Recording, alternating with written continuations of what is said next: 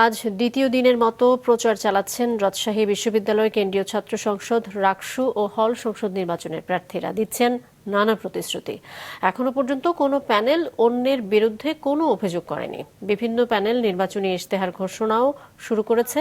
দুপুরে ইশতেহার ঘোষণা করেছে সর্বজনীন শিক্ষার্থী সংসদ। এবারের রাকসু নির্বাচনে 11টি প্যানেল অংশ নিচ্ছে। ভোট হবে 25শে সেপ্টেম্বর। রাকসু নির্বাচনে 23 পদের বিপরীতে মোট প্রার্থী 248 জন।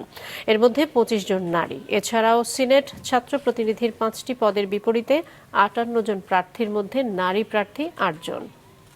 আমরা গতকাল থেকে শিক্ষার্থীদের কাছে আমাদের ইশতেহার সহ সবকিছু তাদের মতামত নিচ্ছি আমাদের ইশতেহার দেওয়ার জন্য। এখনো পর্যন্ত আমরা নির্বাচনের পরিবেশ মোটামুটি ভালোই দেখছি। আজকেও আলহামদুলিল্লাহ ভালো সাড়া পাচ্ছি, সবাই সাগ্রহে গ্রহণ করছে আমাদেরকে এবং প্রচার আলহামদুলিল্লাহ ভালোই চলছে।